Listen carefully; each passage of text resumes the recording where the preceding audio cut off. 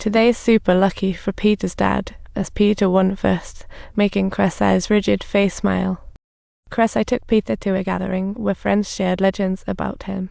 Pita used magic money to buy gifts for Kresei. Inside the bear was a free pass necklace. Her friends were overjoyed. Getting Pita wasn't easy. Kresei slowly stepped out of the dark side, and that night she skipped the booze and just capped the open bottle tightly. Today Pita was like a waited for love interest, taking the dog for a stroll downstairs, waiting for Pita to return home. Her face was no longer a block of ice, and she wore a smile. Looks like she was smitten. Just when Pita was about to finish class, a police car crashed the scene, and that car that was stalking them showed up again. Kresei shouted, "Danger." After school, she shot into the air, signaling, "Run." But when the gun went off, the police shot Kresei, who retaliated, taking out thugs and cops like a superhero.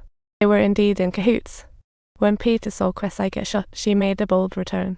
This was all like a dramatic play. Kresei went down shot, and the girl was forcibly taken away by the kidnappers. Pita was kidnapped. Kresei survived, rushed to hospital with cops watching. The sheriff announced it in front of reporters. The sheriff said Kresei had knocked out 2 cops and was linked to Pita's kidnapping. Not everyone was naive. A reporter was investigating.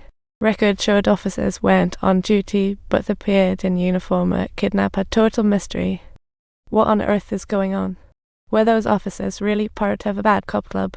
The sheriff was speechless. Cops and robbers teaming up is common, and feds still couldn't find evidence, while Pita remained missing. Saddest is the mom. Dad didn't cry, but his heart ached. To save their daughter, they paid the ransom. They didn't want the police involved, but the anti-kidnapping task force had to step in since 2 lawmen were down, and the kidnappers contacted Sam, demanding a whopping $10 million ransom. Pita's dad went through hoops to get the ransom into a white car, and just when Sam left, a shootout broke out at the Sam received a call from kidnappers after home. They didn't get money and lost nephew in shootout. Furious, the kidnappers decided to kill Pita for their nephew. Lisa grabbed the phone, begging non-stop. But it was too late.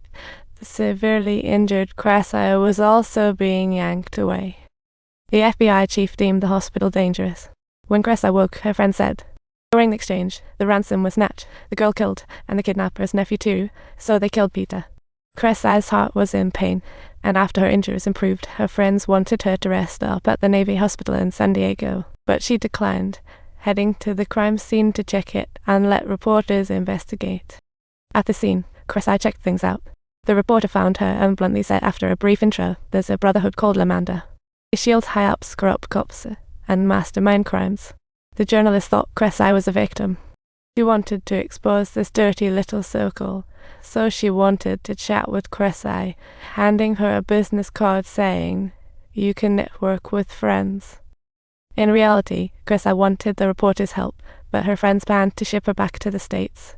But on the brink of death, she listed grenades and a host of weapons. Kresei returned to Pita's house, and all the girls' belongings were covered in plastic. She found the girl's diary. Inside was the stalker's plate, 1 digit missing, her only breakthrough. Kresei also found that Pita's diary called her Big Bear and expressed lots of love for her. Just then, Lisa, Pita's mom, entered, guilt-ridden, thinking she had given Pita nothing. Kresei said, "Don't blame yourself. I am going to get the weapons back and dive into my old line of work." She called her reporter friend first and needed help checking that license plate, trying to match those 10 digits. They found a suspicious vehicle, and the reporter went to the FBI, where the director had an unusual relationship with her. They had been investigating the kidnappers for years, with little to show for it. The man handed the matched license plate number to the reporter. Next, Kresei found that car, and it turned out to be a cop car. The bad cop didn't even bat an eyelash. But things took a turn for the worse. Kresei took him to the city's edge and taped his hands tightly to the steering wheel. With 60 years' experience in torture, he excelled. Fingers broken, he quickly confessed everything. He was just in charge of kidnapping the girl, then passing her off to a guy called the Butcher, the one with the birthmark on his left nose was in charge of the deals, and the bad cop only knew this. Their organization was well structured, so more info was a no-go here. Next, Kresei shot the bad cop and released the handbrake. The cop plummeted down the mountainside and exploded. The FBI traced it here, and just as the director gave the license plate, a disastrous accident occurred efficiently. Kresei arrived at the nightclub and found that guy with the birthmark on his left cheek. It was the Butcher. She pointed a gun at him and took him upstairs. It was the pit stop for kidnapping girls. Kresei showed them a photo of the girl, but they all claimed they'd never seen her.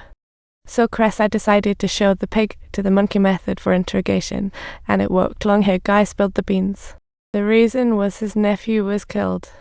The ransom was stolen by a bad cop named Vantos. After 16 years of expert interrogation, the long-haired guy confessed almost everything. Kresei made him apologize to the girl. It's not over yet.